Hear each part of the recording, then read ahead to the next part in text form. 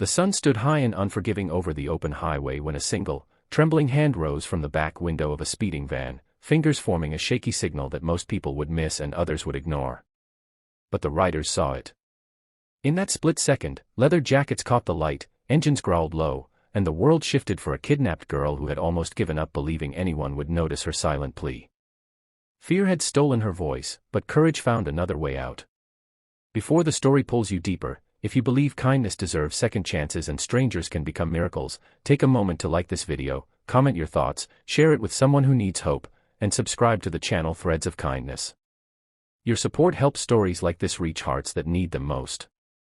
Her name was Mara Cade, and she was 16, taken in broad daylight from a grocery store parking lot where the smell of warm bread still clung to her clothes. The van had swallowed her panic and turned it into hours of terror as sunlight flickered through tinted glass. Mara fought the urge to scream, knowing it would only make things worse. Instead, she watched the world outside like it was slipping away forever, trees blurring, signs flashing past, time stretching painfully thin. When the van slowed at a red light, she saw them in the side mirror, a pack of bikers rolling easy and confident, faces calm, engines steady, moving like they owned the road. Something inside her sparked. She remembered a hand signal she had once seen online, meant for help, meant for moments exactly like this. Her heart pounded as she lifted her hand, hoping against hope that someone would understand. They did. The bikers were part of a small daytime charity ride, veterans and mechanics and fathers who believed roads were safer when watched by people who cared. Their unofficial lead was Soren Hale, a broad-shouldered man with kind eyes and a habit of noticing what others missed. He caught the signal instantly, his jaw tightening as he studied the van's nervous swerving and the way its windows stayed locked and dark. Without hesitation, the formation shifted. Bikes spread wide, engines roaring louder, surrounding the van not with violence but with undeniable presence.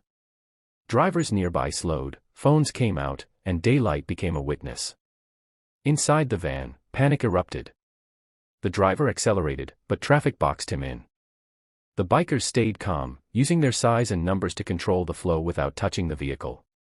One rider sped ahead to block an intersection while another called emergency services, giving clear details, never breaking formation. Mara felt the air change. Fear was still there, but now it shared space with something else. Hope. For the first time since she was taken, she believed she might see home again. Minutes stretched like hours until police sirens cut through the afternoon heat. The van jerked to a stop, doors flew open, and uniformed officers moved fast. When Mara was guided out, the sunlight felt unreal, warm on her face, blinding after the darkness. She shook uncontrollably, but steady hands wrapped a jacket around her shoulders, shielding her from cameras and chaos.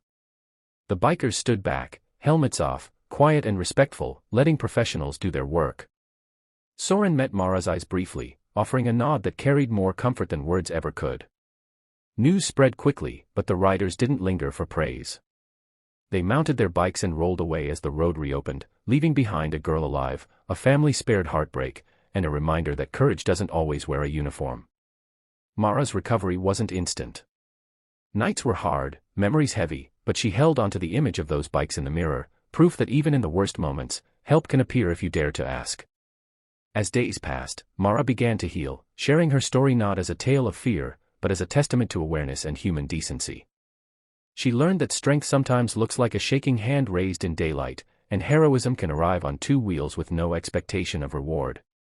The bikers continued their rides, watching roads, believing that kindness is an action, not an idea.